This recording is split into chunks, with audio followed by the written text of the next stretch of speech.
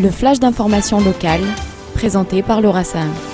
Bonjour à tous et bienvenue dans votre flash d'information locale. Nous sommes le mercredi 22 janvier et voici les titres de votre édition.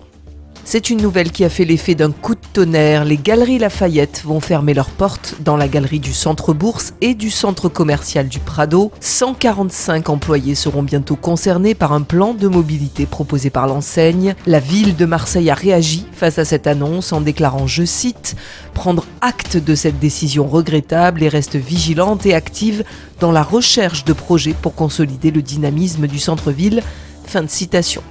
60% d'assassinats en moins l'an passé et plus de 2000 personnes mises en examen liées au narcobanditisme ont été recensées hier par le préfet de police Pierre-Édouard Colliex et le procureur de la République Nicolas Bessonne. Une mobilisation historique des forces de l'ordre et des services de justice a payé, selon eux. Le jugement est tombé hier. 2 hommes se sont vus infliger 20 ans de réclusion criminelle et une interdiction définitive du territoire français. Reconnus coupables d'un viol d'une étudiante le 3 septembre 2021 à proximité de l'Escale Borelli, l'un des 2 suspects a décidé de faire appel de la décision. Hier matin, 2 appartements d'hébergement d'urgence mis à disposition pour les jeunes LGBT+, chassés de leur domicile, étaient inaugurés par la ville de Marseille qui soutient la fondation Le Refuge. Écoutez les précisions d'Audrey Garino à ce sujet au micro de Magali Barthès. Ça participe de la politique globale de la municipalité en matière de création de places d'hébergement et notamment de sa volonté de diversification en termes d'accueil de public. Donc c'est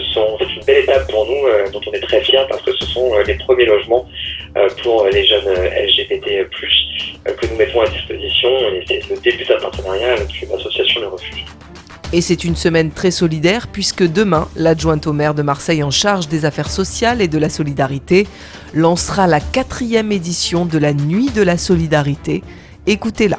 Et d'avoir une vision aussi exhaustive que possible du nombre de personnes qui dorment à la rue ce soir-là et pour lesquelles des places d'hébergement d'urgence sont nécessaires.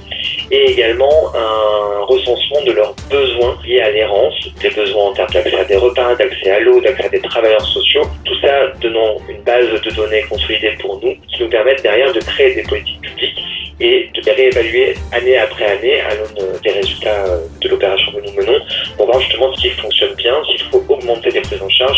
C'est une opération qui est importante pour la ville de Marseille et pour l'État qui se réédite chaque année et qui n'est possible que par la mobilisation de plus de 1000 bénévoles que je remercie à l'avance parce que je les ai inscrits, farouches et déterminés.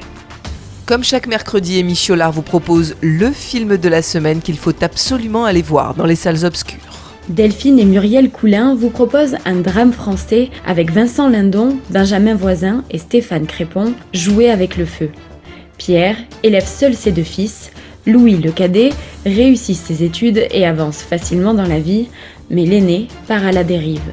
Fasciné par la violence et les rapports de force, il se rapproche des groupes d'extrême droite, à l'opposé des valeurs de son père. Pierre assiste alors impuissant à l'emprise de ses fréquentations.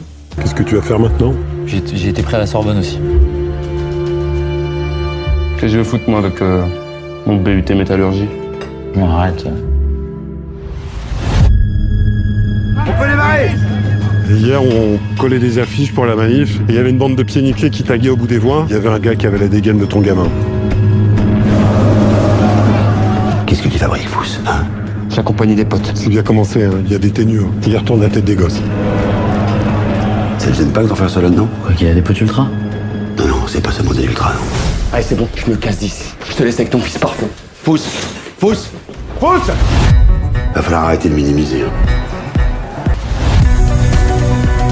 C'était un enfant comme un autre. Si je refais l'histoire dans ma tête, 1000 fois, je me suis dit qu'elle aurait pu terminer autrement. Qu'est-ce que j'aurais dû faire ? La météo aujourd'hui est de 13 degrés ce matin et jusqu'à 15 degrés cet après-midi sur notre belle cité phocéenne. Je vous retrouve à 13h avec l'invité de la rédaction. Aujourd'hui, je reçois le Rav Mamou David qui nous parlera du programme Massa proposé aux jeunes Marseillais après le baccalauréat. À tout à l'heure sur le 90.5. Et puis tout de suite après ce journal, c'est l'instant Mag de Magali Barthès. Le président du conseil régional de l'Ordre des experts comptables Provence-Alpes-Côte d'Azur, Nicolas Ferrand, a adressé ses vœux à la profession la semaine dernière au Palais du Pharo. autour d'une conférence intitulée 2025 sans loi de finances, mais de nouvelles perspectives et une fiscalité qui s'applique toujours. Magali Barthès vous propose un formidable reportage. Je vous souhaite à tous de passer une très belle journée sur Radio JM et surtout, prenez bien soin de vous. Vous venez d'écouter le flash d'information locale, présenté par Laura Sahin.